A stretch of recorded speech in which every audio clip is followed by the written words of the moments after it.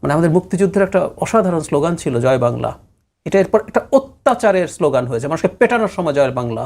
নির্দিষ্ট রাজনৈতিক দল আছে, তারা জুলাইতেই সব কিছু ঘটেছে এই ধরনের একটা পারসেপশন তৈরি করার চেষ্টা করছে। আবার কোর্ট যদি বলে না ওরা এটা করেছে সুতরাং ওরা নিষিদ্ধ থাকবে এত বছর বা for ever, could be anything. সন্ত্রাস দমন আইন 2009-এ রাজনৈতিক দল বা কোনো সংগঠনকে পুরোপুরি নিষিদ্ধ করার অপশন ছিল। অন্তর্বর্তীকালীন সরকারের সময় যে কাজটা করা হলো সেটা হচ্ছে ওখানে একটা ধারা যুক্ত করা হলো যেটার মাধ্যমে দল পুরো নিষিদ্ধ না করেও তার বিভিন্ন যে পলিটিক্যাল অ্যাক্টিভিটিস আছে কার্যক্রমকে নিষিদ্ধ করা যায়। সো ওই জিনিসটার কারণেই এটা সংশোধিত হয়েছে, কিন্তু 2009 সালের আইন। এখন অধ্যাদেশটা পাস যেহেতু করা হয়েছে তার মানে ওই ধারাটা এই আইনে যুক্ত করা হয়েছে। আচ্ছা, মানে আমরা যদি নর্মালি আইনটার কথা চিন্তা করি, একটা আইন একটা দলকে পুরো নিষিদ্ধ করে দিতে পারে, সেই তুলনায় কিন্তু এটা একটা সফটওয়্যার ধারা, তাই না? যে আপনি দলটার নিষিদ্ধ এখনো করছেন না, আপনি এই দলটার কর্মকাণ্ড বা কর্মসূচি, রাজনৈতিক কর্মসূচি নিষিদ্ধ করছেন, তুলনামূলকভাবে সফটওয়্যার। সো যে আইনে অনেক কঠোর একটা ধারা ছিল সেখানে একটা সফটওয়্যার ধারা যোগ করা হয়েছে। আচ্ছা, ইন্টারিমের সময় কথাটা কি ছিল? আওয়ামী লীগের বিচার হবে আইসিটিতে। আওয়ামী লীগ দল হিসেবে মানবতা বিরোধী অপরাধ করেছে কিনা সেটার যাচাই বাছাই এবং বিচার হবে আইসিটিতে। বিচারের সময় পর্যন্ত এটা কর্মকাণ্ড নিষিদ্ধ রাখার জন্য এই আইনটা ব্যবহার করা হয়েছে। এখনো তাই পাস হলো। পাস হওয়াতে যেটা দাঁড়ালো, এখন যদি এটা পাস না হতো তাহলে কর্মকাণ্ড নিষিদ্ধের ধারাটা থাকতো না, সেটা বাতিল হয়ে যেত, সেটা এক। এখনো হওয়ার পরও কর্মকাণ্ড নিষিদ্ধ থাকবেই বা থাকবেই না এখনো বলার সুযোগ নেই। একটা আইন থাকা মানে এই না যে আপনি এই আইনটা সবার জন্য ব্যবহার করবেন। যেমন ধরুন এই আইন দিয়ে তো আওয়ামী লীগকে পুরো নিষিদ্ধ করে দেওয়া যায়, এই আইনে তো ওই ধারাটা আছে আছে আছে তো থাকা মানে কি যে এটাই আবার এই সরকার ব্যবহার করবে? May not be. আপনি যে প্রশ্নটা তুলেছেন এই প্রশ্নটা আসলে ভ্যালিড। এই প্রশ্নটা নিয়ে আলোচনা হয়েছে, যথেষ্টই হয়েছে, যে একটা দলকে এক্সিকিউটিভ ডিসিশন দিয়ে কোনো কিছু করা, সেটা পুরো নিষিদ্ধ হোক বা কর্মসূচি নিষিদ্ধ হোক, সেটা ঠিক কিনা সেই আলাপটা আছে। সো বিএনপি আইনটা পাশ করার মাধ্যমে অন্তত এটা না করলে কিন্তু আওয়ামী লীগের নিষেধাজ্ঞা উঠে যেত। আমি যদি রাদার এভাবে বলি যে একটা সরকার দায়িত্বে এসছে 1.5 মাসের একটু বেশি সময় গেছে মাত্র, সুতরাং এই যে সমাজে এই নিয়ে আওয়ামী লীগ নিয়ে যে পারসেপশন আছে, মানুষের চাহিদা, শুধু চাপ বলতে আমি কিছু মানুষের চাপ না, আপনি যদি সাধারণ মানুষের সাথে কথা বলেন দেখবেন আওয়ামী লীগের রাজনৈতিক কর্মসূচি নিয়ে মানুষের মধ্যে নেগেটিভ মানসিকতা আছে। সুতরাং আপনি এই মুহূর্তে এটা হলো, এটা হওয়ার মাধ্যমে নিষেধাজ্ঞাটা বহাল থাকলো, কিন্তু এর পরবর্তীতে এই সমাজে বা তাদের যদি ট্রায়াল শুরু হয়, সেই ট্রায়ালে নিশ্চয়ই আওয়ামী লীগ যদি তারা পার্টিসিপেট করে, তারা তাদের এই নিষেধাজ্ঞা তোলার ব্যাপারেও অ্যাপিল করতে পারে। সো সেই জিনিসগুলো এভাবে হতে পারে। সুতরাং এই আইন থাকা মানে একেবারে বিএনপি আগে যে কথা বলেছিল যে এক্সিকিউটিভ অর্ডারে এটা ঠিক না, এটা থেকে যে একেবারে সরে এসছে এক্ষুনি বলা যাবে না।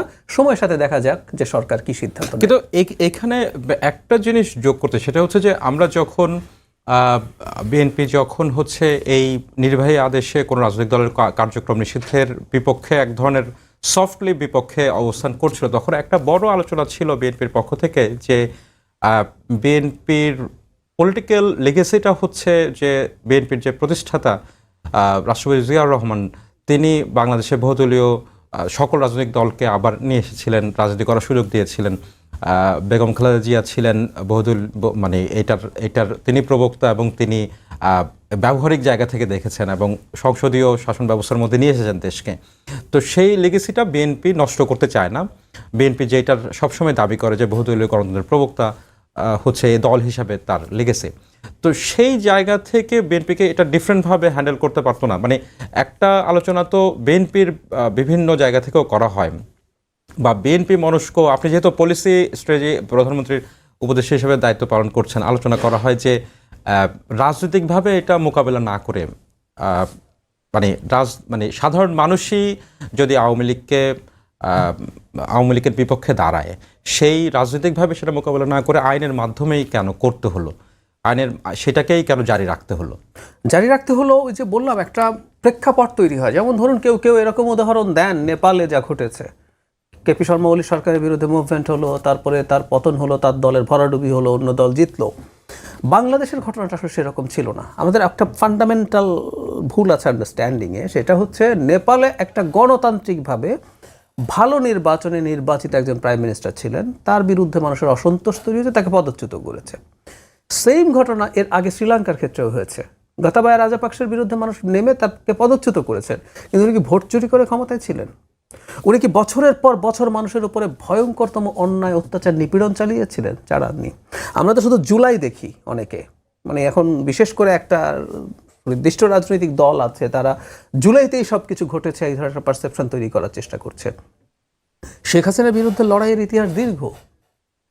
এই 15 বছরে অকল্পনীয় রকম নির্যাতনের অত্যাচারের শিকার হয়েছে বিভিন্ন রাজনৈতিক কর্মী, তাদের পরিবার, কোনো না কোনো ফর্মে দেউলিয়া হয়ে গেছে মামলা চালাতে চালাতে। এরকম লক্ষ লক্ষ মানুষ আছে। তো সমাজে যে মারাত্মক ক্ষত আওয়ামী লীগ দল হিসাবে তৈরি করেছে, আওয়ামী লীগ রাজনৈতিক দল কিনা, ইভেন এটাও একটা ডিবেট হতে পারে। তো সেই দলটারই এই মুহূর্তে আবার কর্মকাণ্ড কর্মসূচি মাঠে থাকা, সেটা নিয়েই আসলে ওই চিন্তাটা করা হয়েছিল। তবে সবসময় আমরা যে আলাপটা করি, এটা যদি জুডিশিয়াল প্রসেসে হতো, যেমন এক্সিকিউটিভ অর্ডারে না করে যদি এটা কোর্টের কাছে যদি এই ধরনের একটা রেফারেন্স চাওয়া হতো, কোর্ট যদি সেটা বলতো, সেটা বেটার হতো। এই আলাপ আমরা আগে করেছি।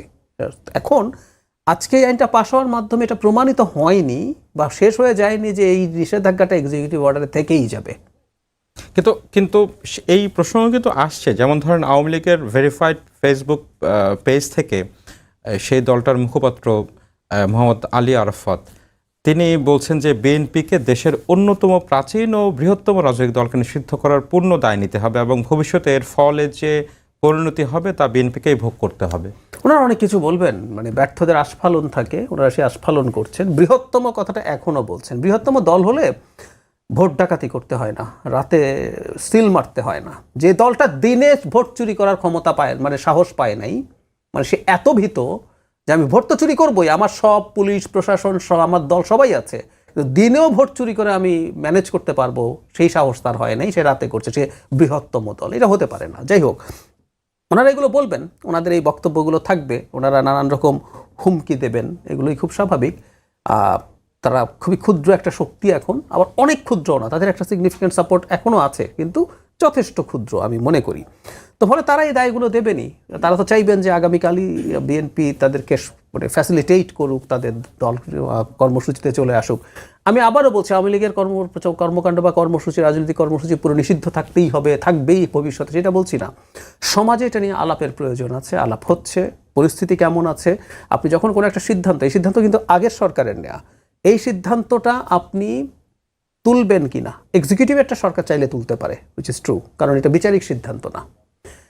তুলবেন কিনা সেটার জন্য সমাজের প্রেক্ষাপট, আমাদের জনগণের মানসিকতা, চিন্তা, অন্যান্য রাজনৈতিক দলের চিন্তা, অনেক কিছু বিবেচনায় নেওয়ার ব্যাপার আছে, নিয়ে সেটা করবে। কিন্তু দিনের শেষে এই দলটার বিচার হতে হবে। হ্যাঁ, আমরা যখন বিচার মানছি, হতে পারে যে আইসিটিতে বিচারের পর এমন হতে পারে যে আইসিটি বলল না, ওরা দল হিসাবে মানবতা বিরোধী অপরাধ করেনি, সুতরাং ওদের কর্মকাণ্ড ব্যক্তি হিসাবে, তখন কিন্তু আমরা যেহেতু কোর্টে যাব, কোর্টের রায় আমাদের মেনে নিতে হবে। আবার কোর্ট যদি বলে না, ওরা এটা করেছে, সুতরাং ওরা নিষিদ্ধ থাকবে এত বছর বা ফরএভার, কুড বি এনিথিং। তো সেটাও হতে পারে, সেটা শেষ পর্যন্ত কোর্টে ফয়সালা হবে। আর ওই যে বললাম, এক্সিকিউটিভ অর্ডারে এটা এখনো বলবৎ আছে, এটা চাইলে সরকার উইথড্র করতে পারে, সেটা সিচুয়েশনের উপর নির্ভর করবে সরকার সেটা নিয়ে কী করবে। একটা জিনিস একটু করে জানতে চাই, সেটা হচ্ছে খুব ইন্টারেস্টিংলি আমরা দেখলাম যে আইনটা যখন পাস হচ্ছে, অধ্যাদেশটি যখন, বিলটি যখন আনা হয়েছে, তখন আমরা বিরোধী দলের পক্ষ থেকে, বিরোধী দলীয় নেতার পক্ষ থেকে এটি আরও পর্যালোচনা করার এক ধরনের দাবি জানানো হয়েছিল। এই অধ্যাদেশটি কিন্তু প্রায় একরকম হুবহুভাবে হচ্ছে যে আইনে পরিণত হলো। তো এবং আমরা গণমাধ্যম কর্মীরা এবং গণমাধ্যম জানে যে সেই সময় এক ধরনের চাপ ছিল সেই সময়ের জামাত ইসলাম এবং এনসিপির পক্ষ থেকে, মোরওভার এই আওয়ামী লীগের কার্যক্রমকে নিষিদ্ধ করার জন্য। তাদের পক্ষ থেকে আবার এই আইনটিকে এখনই, এই অধ্যাদেশটিকে এখনই আইনে পাশ করার ক্ষেত্রে এক ধরনের বিতর্কর কথা বলা হলো। মানে সেটি কেন বলে মনে হয় আপনার কাছে, রাজনৈতিক বিশ্লেষক হিসাবে জানতে চাই? বিশ্লেষক হিসাবে বলছি, মানে ওনাদের তো আসলে বিরোধিতা করতে হবে অ্যাট এনি কস্ট। মানে বিরোধী দল শব্দটার মধ্যে বিরোধী আছে, সুতরাং আমাদের প্রবণতা হচ্ছে সব কিছুর বিরোধিতা করতে হবে। তারা ভেবেছিলেন এটাকে ইস্যু বানাবেন, এই যে তারা কিছু ইস্যু বানাচ্ছেন, আপনি সেই জায়গায় নিশ্চয়ই আসবেন, আমি সেই জায়গায় আসবো। আপনি কিন্তু ওই যে অধ্যাদেশগুলোর আলাপ আনছেন, মানে যে কোনো কিছু ধরে ইস্যু বানিয়ে ফেলতে হবে। যেমন এটা যদি না করতো বিএনপি বা এই সরকার, তখন দেখতেন মারাত্মক সমালোচনা হতো যে আওয়ামী লীগকে নিষিদ্ধ করা থেকে সরে এসছে, স্বৈরাচারের দোসর হয়ে গেছে বিএনপি। তাদের সাথে নির্বাচনের আগে এই আওয়াজ তারা তুলেছেন যে ভারত আওয়ামী লীগ বিএনপি মিলে একজোট হয়ে এটা সেটা করবে, তারাই এসব কথাবার্তা বলেছেন। এখন তাদের তো হঠাৎ করে আর ভালো লাগেনি, কারণ এটা তারা যেটা এক্সপেক্ট করছিলেন তাদের মনে মনে অনেকে হয়তো সেটা হয়নি, তাই বিরোধিতা করছেন। আমি আর কোনো কারণ খুঁজে পাই না, কারণ তারা সরকারের তারা বিরোধী দল, তাই তাদের বিরোধিতা করতে হবে। মানে এই হিস্টোরিক্যালি কি কোনো কারণ থাকতে পারে যে মানে এখানে দল হিসাবেও যে বিচার করার একটা ধারা যুক্ত করা হলো মানবতা বিরোধী হিসেবে কোনো একটা রাজনৈতিক দলকে বিচার করা এবং তার কার্যক্রম নিষিদ্ধ না করা? না, একটু ভুল হচ্ছে। সেটা হলো এই আইনে মানবতা বিরোধী অপরাধে দায়ী হিসাবে বিচার হচ্ছে না, মানে দুই আইন। একটা হচ্ছে সন্ত্রাস বিরোধী আইন 2009, আরেকটা হচ্ছে আন্তর্জাতিক অপরাধ আদালত আইন, আইসিটি যে আইন আছে সেটা। দুটো অপরাধ আদালত আইনে রাজনৈতিক দলকেও বিচার করা যাবে সে যদি দল হিসাবে মানবতা বিরোধী অপরাধ করে থাকে, ব্যক্তিকে যাবে এবং দলকেও যাবে।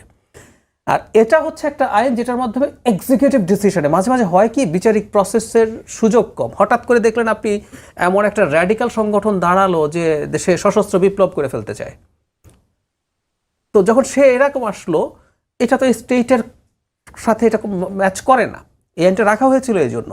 তখন আপনি খুব দ্রুত ওই দলটাকে নিষিদ্ধ করতে হবে। এটার জন্য বিচারিক প্রক্রিয়ায় গেলে দেখা গেল সে আপনার এখানে অ্যানার্কি তৈরি করতে পারে।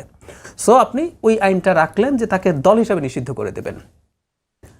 আওয়ামী লীগের জন্য এখন প্রবলেমটা কোন জায়গায় দাঁড়িয়েছিল একটু ডিটেইলি বলি।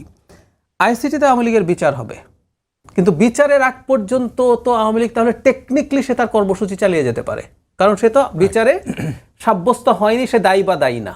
তো এই বিচারিক প্রক্রিয়া যদি কয়েক বছর চলে, তখন সমস্যাটা যেটা দাঁড়ালো যে আওয়ামী লীগ যে কর্মসূচি পালন করছে, রাজনৈতিক কর্মসূচি, আপনি খেয়াল করুন 1 বছরও যায়নি, 6 মাস যায়নি, আওয়ামী লীগ মাঠে নেমে মিছিল করছে, স্লোগান দিচ্ছে। আমি এটা সমর্থন করছি না, কিন্তু মানুষের ট্রমাটা খেয়াল করতে হবে। যে মানুষ ট্রমাটাইজড হয়ে গেছে ওভার দ্য ইয়ার্স, যে মানুষ জুলাইতে এই জিনিসগুলো দেখলো, তার চোখের সামনে আবার তাদের মানে আমাদের মুক্তিযুদ্ধের একটা অসাধারণ স্লোগান ছিল জয় বাংলা, এটা এরপর একটা অত্যাচারের স্লোগান হয়েছে। মানুষকে পেটানোর সময় জয় বাংলা, মানুষকে অত্যাচার করার সময় জয় বাংলা স্লোগান দিয়েছে। তো ওর কারণে এই শব্দগুলো যখন আসে সেটা মানুষকে সংক্ষুব্ধ করে তুলতো, এবং অনেক জায়গায় দেখা গেছে সংঘাত তৈরি হচ্ছে।